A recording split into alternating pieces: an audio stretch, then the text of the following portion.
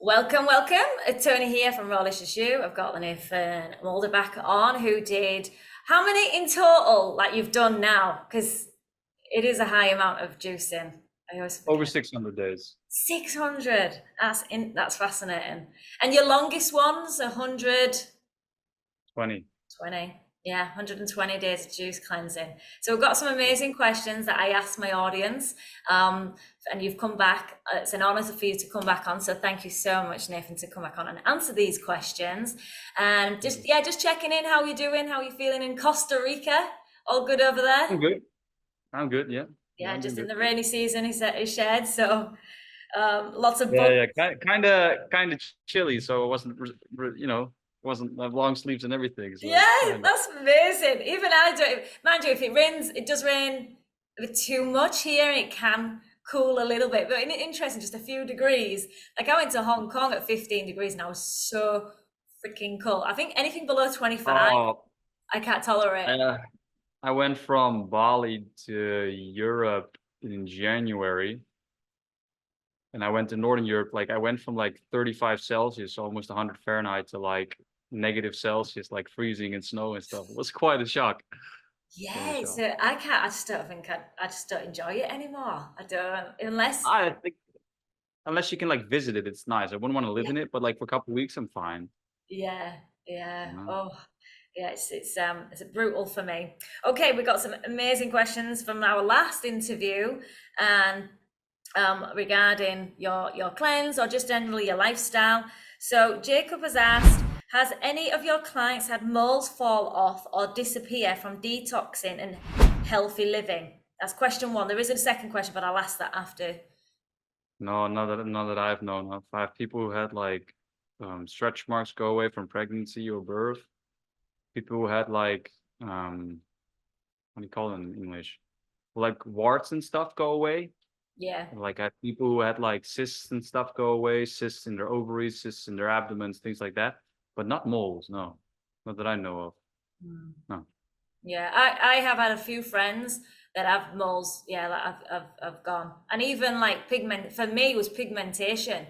I had Mm. lots of pigmentation on my forehead from living in the tropics, and my first juice cleanse just got. I should share more pictures on that because that was a big transformation for me. You forget these kind of insignificant things, but at the time I was really conscious of it, and my pigmentation on my forehead all disappeared. So it did, Nice. yeah, it did work for me. Question Mm. two. Have you heard of anyone who has released mucoid plaque without taking the clay and husk? Yeah, I did that. Mm, Many of my clients do that. Almost no one uses it. The yeah. clay and the husk are interesting because some people say you have to use it. Some people, I think, just use it to make their protocol look more interesting. What you have to understand about these properties is, and there's videos you can look up on YouTube seeing like what it actually does. Well, it absorbs like so many times its own weight in water. And when it does so, it sucks everything in that's around it too. But when that's in your bowels, depending on how much of a glutton you were, how big your bowels were, or small, they're going to suck up water, water, water until they reach critical mass, which basically means they can't expand further than your bowel walls. Then once they reach that point, then they're going to get flushed out. And then you're going to get these long strands that you think are mucoid plaque because they look exactly like your bowel walls because that's how much they expanded and stuff. And there'll be garbage in there. But a lot of people actually think that that's the mucoid plaque. But when you don't take that, you'll still see this stuff come out, but not like so. So do you need it? No. Can you use it? Yeah, definitely. It's great. Um, but you have to be aware of it that it can make you constipated as well. Like for a couple of days, it's just absorbing water and fluids in your body and the juices. And then eventually it reaches that critical mass where it can't expand anymore, and then it's going to get pushed out. So everyone that uses it, especially clients that have coached, they usually don't continue using it because they feel like constipated for a couple of days. They don't enjoy it, and they can just, get just as much benefits or results without it. But yeah, you can use it if you want to. I'd say experiment, see how you feel on it.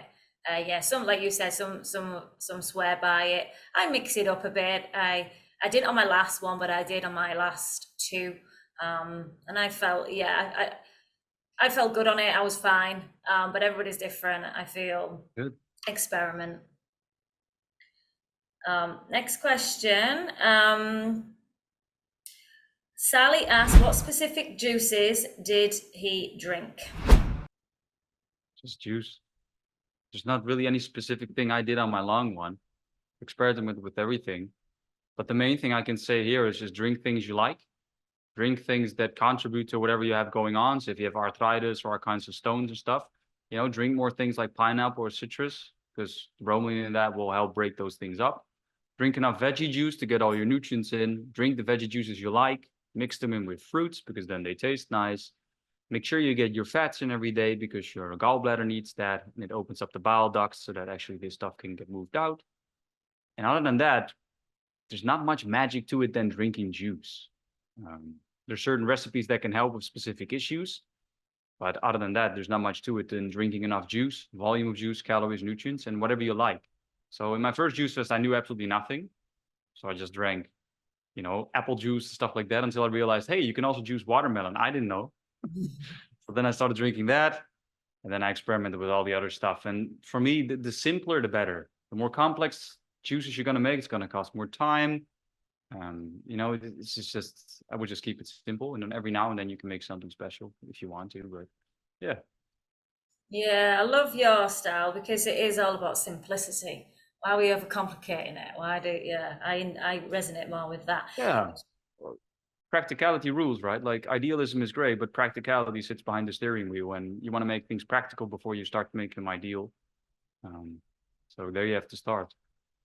Yeah. And on that note, because I'll just forward from another question that I was going to ask last, was regarding the oil. Let me just find that question because someone asked about the Joh Rose style of the protocol, which is the hemp or flaxseed oil. Is that what you're recommending?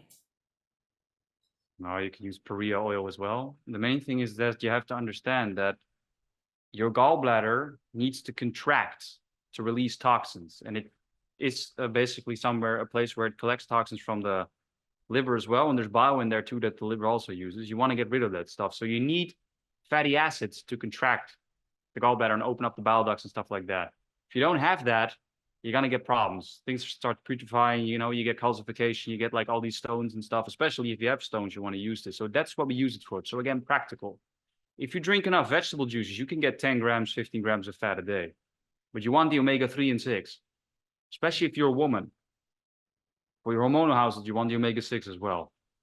So you want to get this stuff in. So whatever way you choose, right? Like I've known people who did ghee when they were, they didn't care about using that, for example, because it's an animal product. There were people that use only flaxseed oil. There's people that use hemp seed oil. There's people that use Perea oil. It doesn't really matter. Just make sure you get it the most extra virgin, perfect version you can get so that it's not tainted with. But you want to get those fatty acids in. You're not going to get them from juicing. It's the same with, for example, zinc, magnesium, vitamin K2, and selenium. You're not going to get that from juicing. So if you're low on this shit, then supplement it anyway. So again, you have to be practical and smart about it. But yeah, I would highly recommend taking that because if you're going to get a gallbladder attack because it needs to contract and like get this stuff out, that's not fun. Now, there's other things that can do that, like apple juice is great at contracting the gallbladder. Citrus can do that too, but with these fats, it's essential. What does that, for those that don't know what a gallbladder attack would feel like, what is that for those that would experience it?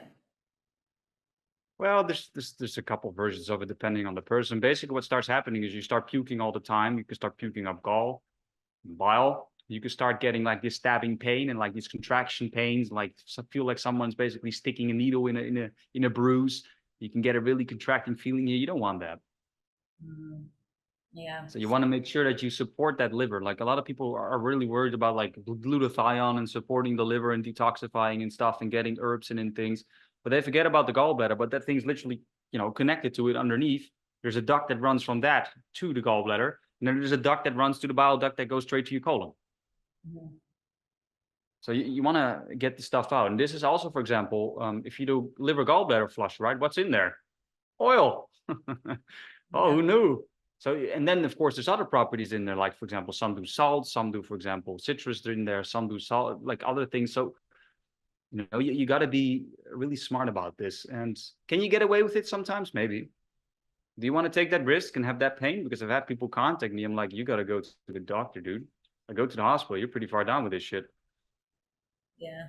Because remember, if you start puking all the time, what's going to happen? Dehydration. Yeah. That's the worst thing. You don't want that. You can pump yourself full of juices, but if you're going to puke it up all the time, then you're going to get dehydrated. Yeah. I used hemp oil on my last one. I used a tablespoon a day. I started to build up to a tablespoon and a half. Oh, yeah. I didn't get to, I think only the last 3 days I went to the 2 tablespoons. So is that what your recommendation is as well? Similar to Joh Rose, depending on between 1 and 2 I think tablespoons. he recommends like 1, right? Just for me, it also depends on like my clients. I do blood and urine work. I make them weigh themselves. We look at the variables and stuff, and then based on their body weight and things, I say 1 or 2. Like if I have a really big dude, I'm gonna say probably 2. If it's just a woman, just 1. But then sometimes the body also doesn't want it. Can be 1 or 2 odd days. Then you listen to that too. I did, yeah, I listened to that. It's a nice way to get calories in too, which a lot of people don't understand. Like one of these tablespoons is like 120 to 150 calories. So it's nice to get that in too, but you have to listen to your body, and especially when you coach women, because you're in this hormonal cycle all the time, especially the week before ovulation, during ovulation, after, like everything can be all over the place. Like with guys, it's very simple, just take it. Yeah. With women, you have to be a little bit more, Yeah. analytical and a little bit more suitable with that. Yeah, yeah, it's tuning in, and that's what I love about a cleanse. It does, you seem to tap in much more intuitively when you do a cleanse. It was Sebastian Rojas that asked that, so thanks for that. Let's go back to the last. Yeah, so Renette Cooley asked, how and when can we watch? It's always on my YouTube channel. I'll actually share that link in that question for you, so I'll make sure that goes on there.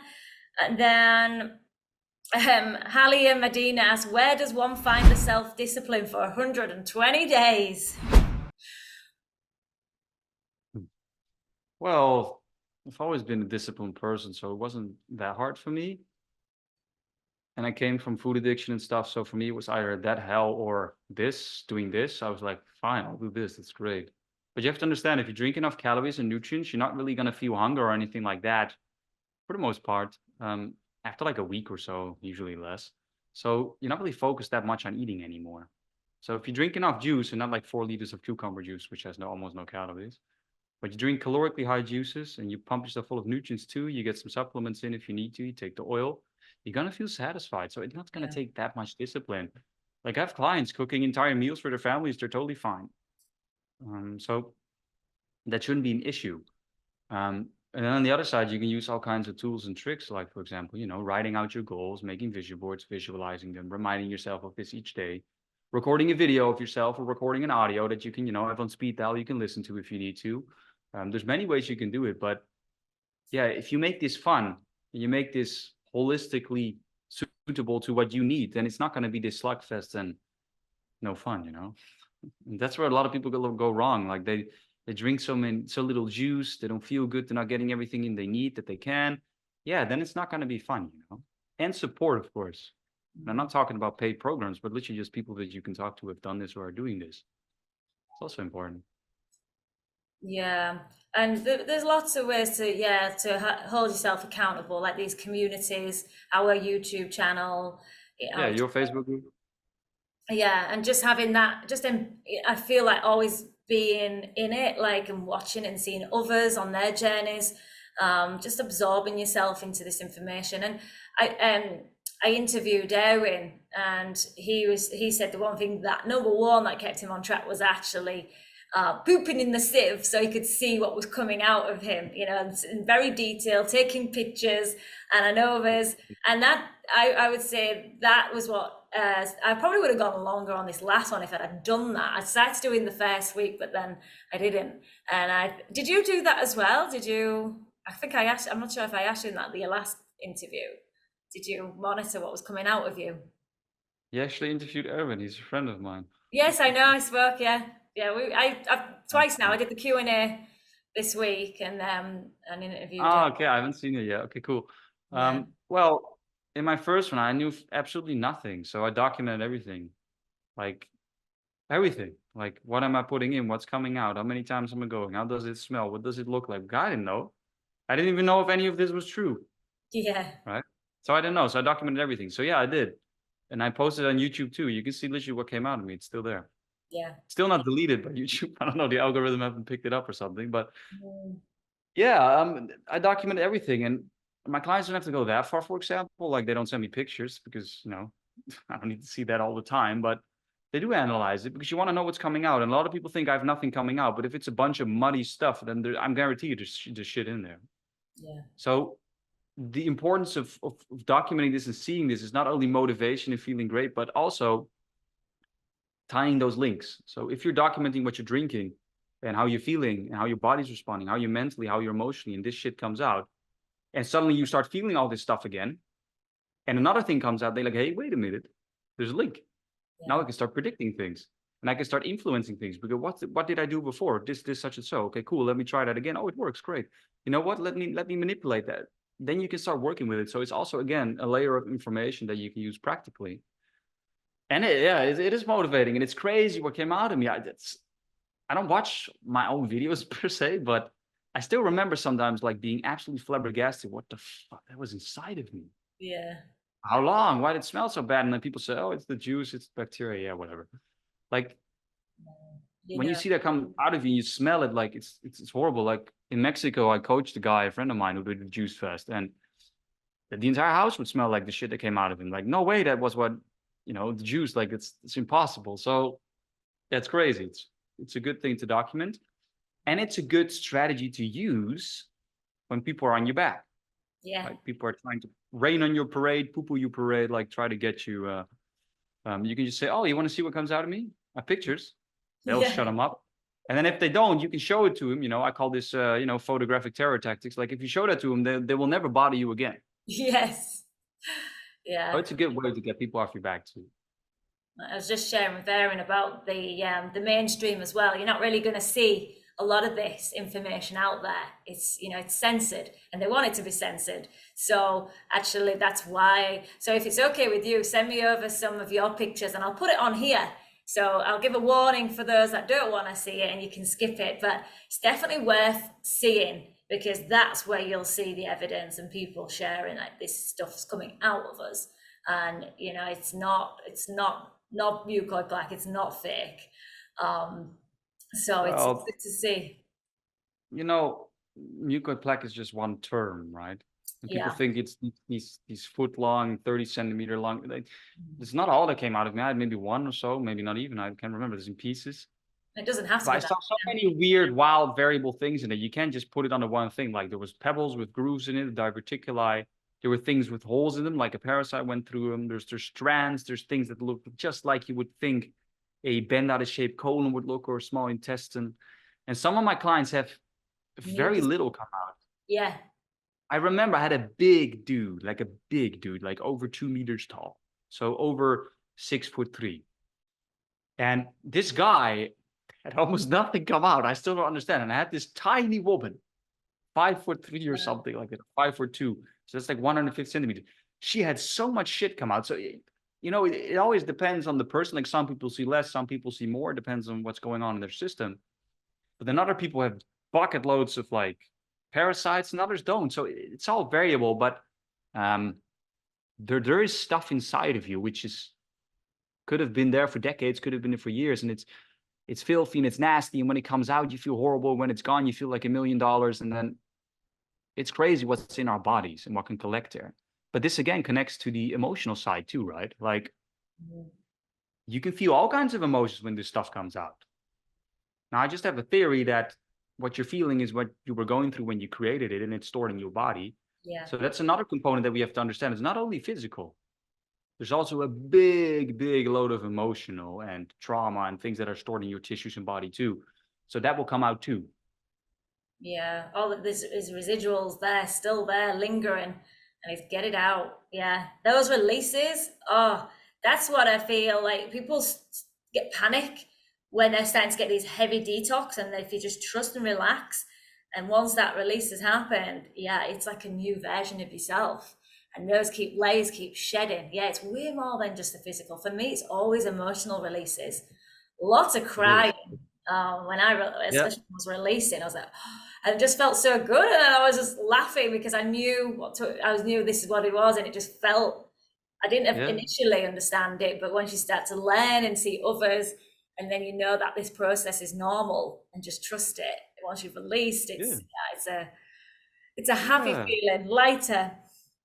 Yeah. You can feel anger, you can feel hate, Yeah, you can feel all kinds of things like tears, sadness, like realizations. But this again is why it's important to document, because then you understand it. Same with like if you're going through like the most insane crippling detox, you might want to slow shit down, like you want to up your vegetable juices, slow things down. Like again, documentation, documentation, documentation. yeah, yeah. It's always good to journal. And Yeah. April asked, did any numbers change? Blood work, blood pressure, blood sugars? You can see muscle definition looks amazing. No, I never did my own blood or urine work. I do it for my clients, so a lot of stuff changes, especially with blood pressure, because if your body's less filthy, it needs less pressure to pump the blood around so that the blood pressure goes down, of course. Their values change too. Um, the main time when I do blood and urine work for clients is when they have like serious stuff going on, like the ones that have done them 6 months ago or something, doesn't matter much, and they're healthy. But for me, the main thing that changed was my water percentage. So I had this scale. I can show you a picture of it. I had this scale where I measured everything. I started doing this around day 70. And I remember that like you supposedly should be at 70% of water, and I was at 67.3 or something. And my body fat in the end got to like 3.9 according to the scale. Scale's never 100% accurate anyway. Yeah. Um, but yeah, the water percentage went up big time. So that was a big difference for me. As for my muscle, yeah, that was back in the day. I don't have that now anymore, but I got so low in body fat that I got cold in the summer. Like I remember Yeah. it being like 22 degrees and I was cold, so that low body fat wasn't fun. But you see your body change so much. You see your skin change so much. You see everything change. Your hair, your nails. Like so much changes. Just the softness of your skin is incredible, right? Like a baby skin. And Yeah. and the smell of your like I remember if you I don't Yeah. know if you have this too, but a lot of people when they sit in the sun, their skin smells different, right? I think it's the vitamin D maybe on it or something, or the activation of the pigmentation, but my skin just smelled so great. I still remember that. Like just touching your skin, like, oh, it's nice, like a baby skin. Yeah. I never did my blood and urine work, but yeah, for my clients it changed big time. Yeah. It nourishes and hydrates to another level. I always, yeah, see. I noticed a difference actually when I increased my vegetables on my second one, because my first one, I look back, it was purely pineapple juice predominantly. Didn't really have any vegetable juices, but I noticed a Oh, pale skin. When I look back on my pictures, something I need to talk about as well, actually, and show my pictures, I looked really pale. And then on the second one, I was glowing. I was doing a lot more vegetable juice, pretty much yeah. 50-50. What a difference that made. Did you notice a difference with your hair too, or no? Um, no, not well. I did notice it was softer in all of them just through the hydration I felt. Because the water here, yeah, it does dry. I'm very It is. lucky in the sense my hair hasn't been as affected, but it was drier. But I just noticed on all of the cleanses it was much softer. Easy, especially when it was Yeah, a yeah. lot longer. When I used to brush it, it used to get matted quite easily. It was less matted, so I could easily brush through. Right. You see changes like on your physiology, hair and nails and stuff are one of the first you see it. Like, Oh yeah, your nails grow so fast. And whiter eyes, like my eyes were really and my blue, the bright there was even more bright yeah, there. Everyone was yeah, saying, "Whoa, your eyes are really piercing." yeah. The first thing you'll notice for me, at least, if I look back at some stuff on YouTube every now and then, it's like how much my hair varied color wise and like the quality of it when I was in extreme stress or not. And when I went through shit in my life or not. So you can see a change there. So when you're fasting, you see a change in your hair too. And I have a lot of female clients who go through hair loss. And I'm like, yeah, I understand how that feels, but it must be worse for a woman. But usually for them, um, when they stop stressing about it and then they start pumping this all these vegetable juices and stuff and cleaning more out, like they get a bucket load of dandruff out and then their hair starts improving. Mm, But before that, the hair starts falling out. They get scared. So Yeah. Hair is one of the easiest ways to see what's going on in your body. Like fat girlfriends too, where you could see like if they had a lot of stress, their hair started, getting flimsier and not as full and vibrant and stuff. So hair is one of the easiest ways to spot. So Yeah. for me on my journey too, like after my juice fasting, my hair improved a lot, and then with a fuckload of stress, it decreased again. So it's funny, you can see that. That's why I wanted, like, if you saw some improvements, but yeah. Yeah, stress. Yeah, I see that in some. Yeah, the hair's Mm. falling out. I don't. Yeah, I've not had that issue. More, I have too much. It looks thin, but it's a lot of it. It's so thick, and having it shut. Ah, And actually, now since that last juice cleanse, because I got it cut up to my shoulders, and look, just within was it 2 months ago, 3 months ago, did the juice. So it grows a lot. 2 inches. yeah. It's growing fast. And Mm. that the juice cleanse boosted that, and I think obviously now with the raw foods and I'm having a lot more juices, it definitely helps to hair growth. So yeah, actually that's something else I've just noticed. How quickly my hair's growing now. Because I took off about 10 inches. I was like, oh my gosh, all my hair's gone, but now it's growing fast. So what a great motivator if you want long, healthy hair. And everyone always says to me, like, how can you keep it so healthy in this sort of climate as well? Keep it so long. But it's because it's softer, it's easy to manage because of my diet, the Mm. raw foods. Mm. Last question.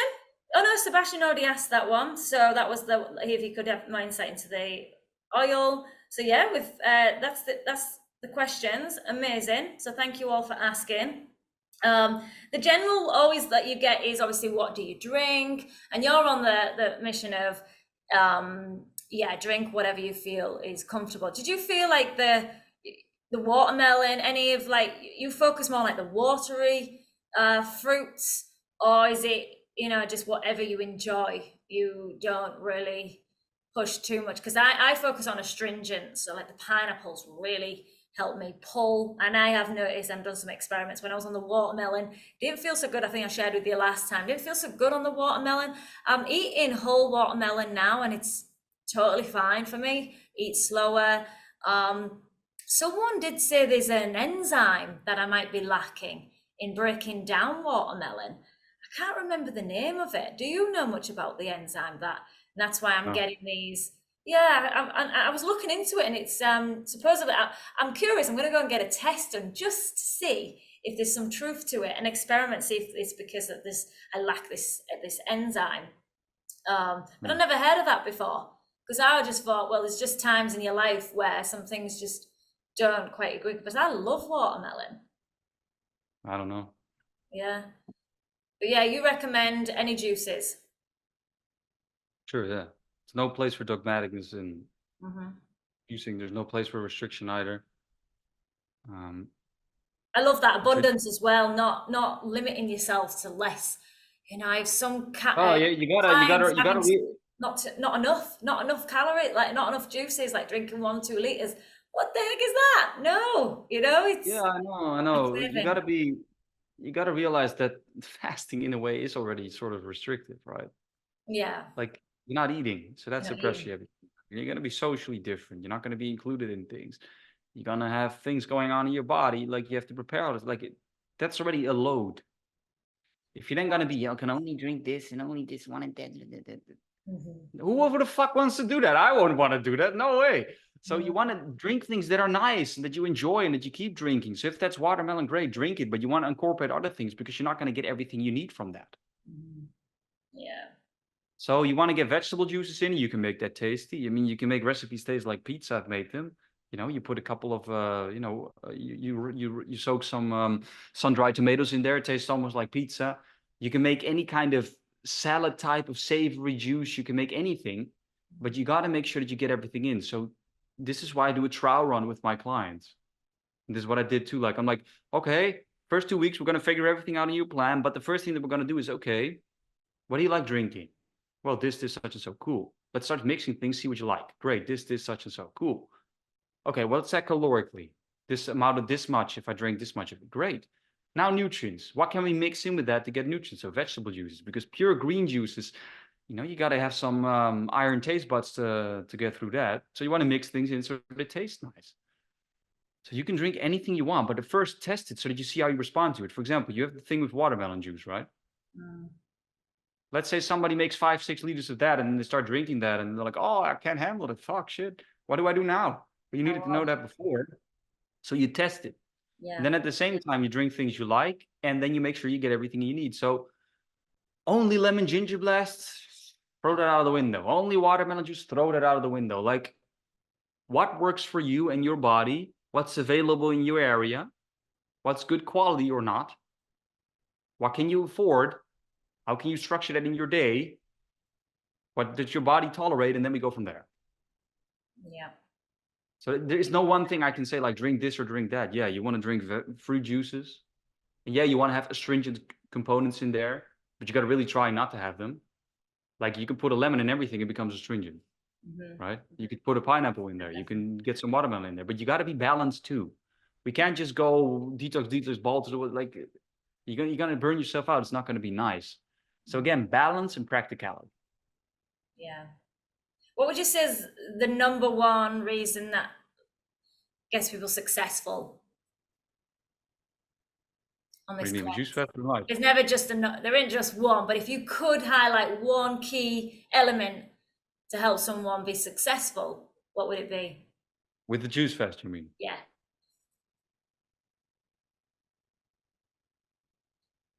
Documentation. Yeah. So you can drink the best quality juices. You can get the best quality supplements. You can get the coach that you pay $1 million for. But if you have no clue what's going on, it's never going to work. So you want to make sure that you're on top of things and that you understand. Let's say, for example, you're going to run a business. Are you just going to do things randomly and hope that they work and then not figure out and like, okay, how much have I done? No, you're gonna look at everything, right? Like, okay, I'm putting this out. Okay, how much engagement is there? Okay, how many clients am I getting? What's the conversion? What's coming in? What am I spending?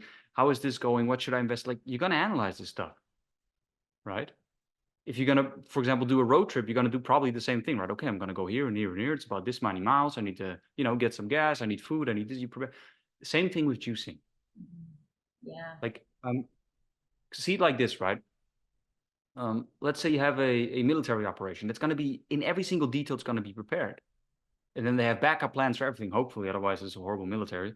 And they're going to make sure that they are accustomed to the territory they're going to gun in, the enemy, the situations there, the environment, the geographics, the weather, everything, right? Logistics, you want to do the same with your juice fest. And then when you do so and everything is prepared, and then you're documenting everything, and you know what's going on, and this doesn't have to be that detailed, then you don't really have to worry about these things, right? You know what you're doing, you know what it is doing, you can manipulate it, you can adjust it, you start recognizing patterns. That takes so much load off of you, and then you can actually focus on the important things. Like, for example, hey, let me enjoy my day. Yeah. Oh, you know what? I might want to change my relationship to food. Well, let me focus on that, or some emotional stuff, or whatever, or have fun with it, or I don't know. But then you don't have to worry and focus on these things, and it becomes a lot easier. Then the second thing would be preparation, but that ties in. Which it ties in. The third thing is support. Yeah. And again, that doesn't have to be paid. There's Facebook groups out there, but just people that you can relate to and talk to so you don't feel isolated. Yeah. And then the fourth thing, take it day by day. 120 days, 90 days, 40 days, just an arbitrary number. It says nothing. Right? Just like, I want to lose this amount of weight. It says nothing. Why don't you just let your body figure out how much weight you should lose? Yeah. I wanna slim down this amount of centimeters or inches. Let your body do that. Don't worry about it. Sure, you can have goals. So take it day by day. So today you do everything you can, and then tomorrow is another day that you do everything you can. That's it. Yeah. It's that simple. And then if it's 100 days, 100, who cares? But if you're gonna start out, right, you say, I gotta go 120 days. Then by 3 weeks, you're 21 days in, you're like, fuck, I still need to go 100 days. Jesus, demotivating. It's a long haul. Yeah. Yeah, that's a great, I resonate with that, definitely. Documentations, yeah, I don't probably stress that enough, because that is one of the definitely high up there. It comes under the mindset, that's my umbrella of it all, is the mindset, really, having that, and that helps that mindset. It keeps you, like for you, Ari, and others, that it keeps you on track of what's coming out, seeing, yeah, keeping that motivation strong and seeing others having that, getting that support as well, seeing others go on this journey, and just know that, yeah, there's a lot of people that ain't doing this, so they are going to, like you shared, poo-poo this. So really it's about being around those that are on the same path or similar path. So Yeah, but it's also about realizing that it's just a juice.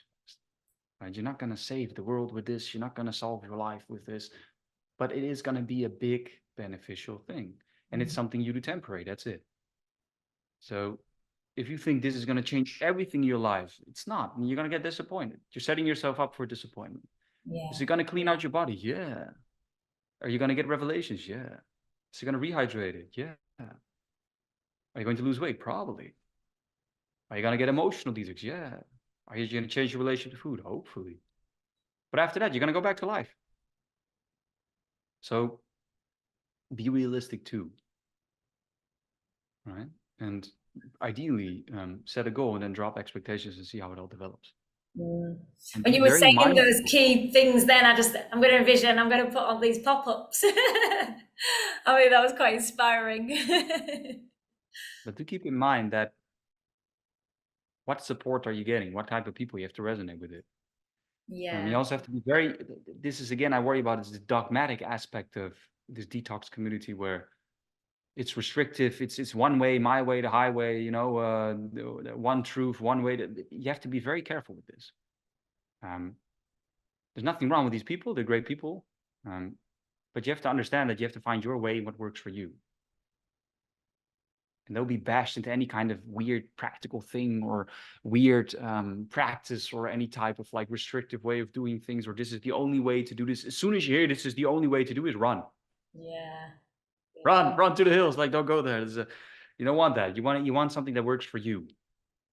Who cares what Jimmy does? Who cares what Paula does? Who cares what Laura does? Nobody cares. What are you going to do for you? Yeah, it's the most important thing. So who cares what Joh Rose says? Who cares what everybody else says? That's great. Take that information, apply it to you. like, That's the main important thing. yeah. Experiment. It's a journey, and a journey of your own. Yeah, becoming your own authority and finding your own path. Yeah, I mean, it's great having these guidances, this knowledge, but you've got to apply it and experiment for yourself. And at certain times, it might, Yeah, isn't it? that too. And like this is the thing I've observed with a lot of coaches, that they're like a bunch of dogs just running around sniffing each other's tails. Like they just say the same thing. And when I look at it, I'm like, who said it originally? Because you're all repeating it, right? Like, but that doesn't apply to anyone. It's just generic stuff. Like, you should take this, you should do this, you should drink this juice, you should only drink that juice, you take this supplement, you only do it this way. No, you're feeling this way. It's only because of detox. It's not because it's bad for you. Like that says nothing about an individual. To take that example again of women, doing a juice fast as a woman is totally different than doing it as a guy. Because you have this entire hormonal thing there, your hormonal household. If your period's gone, you got to work on that. Like a guy can't have those problems. Yeah, there can be hormonal things and gland stuff, but it's different. So there's a big variable already there. Then you can have all kinds of issues that someone else doesn't, and they can do a far more aggressive approach than you. So you have to adjust that. Maybe you can do a juice fast right now. Maybe you have to do some preliminary work. Maybe you need to do supplements that someone else shouldn't need to take. Maybe you can't absorb specific things. Maybe there's an enzyme missing, just like you with watermelon. And somebody else says, only watermelon, but you can't drink it, but you're killing yourself halfway through because you're like, none of this stuff. Like you have to be very, very susceptible to listening to yourself and not susceptible to listening to someone else. You can get people's opinions and ideas and structures and stuff, but it needs to apply to you. Yeah. And that's my big warning to everybody. Like, be your own doctor, if you will. Yeah, you want to do blood and urine work. Yeah, you want to do analysis. Maybe you want to do iridology. Maybe you want to do supplements. Maybe you want to do herbs. All that stuff, you can figure it out on your own if have someone help you with that. But get someone's opinion and then apply it to you and see what happens. Yeah. Like some stories are crazy, man. Like, I had this one woman that came to me. She was coach. I can't remember. It's kind of whatever Dr. Moore's kind of corners thing. Like, that person had her only drink, what was it? some kind of citrus juice. It wasn't only pineapple, but it was just maybe like grapefruit or something like that, because she had some stones or something. That woman had the most sickening detox story I've ever heard. I'm like this is not going to work. She wasn't getting her calories, she wasn't getting her nutrients, she felt horrible, she lost a lot of weight, period went away, all this stuff. And the other person just said like, no, that's detox. No, you moron, that's fucking you giving that woman nothing that she needs. Like, of course that's going to happen. So you have to be very smart about it and make sure you give yourself everything you need. And then you can apply the detox principles and stuff like that. So you have to be very, very aware of what you're doing. Yeah. Because you can damage yourself with this if you do it wrong. So you have to be mindful about it. Right? I like that you say you're taking responsibility, you know, is having all this guidance, but when you apply, it's got to be coming from, is this in resonance with myself? I'm the scientist, so whatever I take in it's down to me. So yeah, I feel when you've got that's empowerment.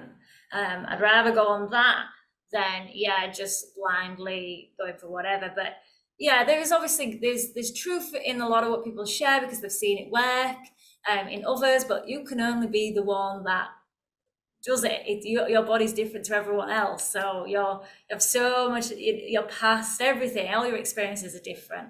So yeah, that's where you take that responsibility, empower yourself to be your own authority and to be like what you shared, your own doctor, your own scientist.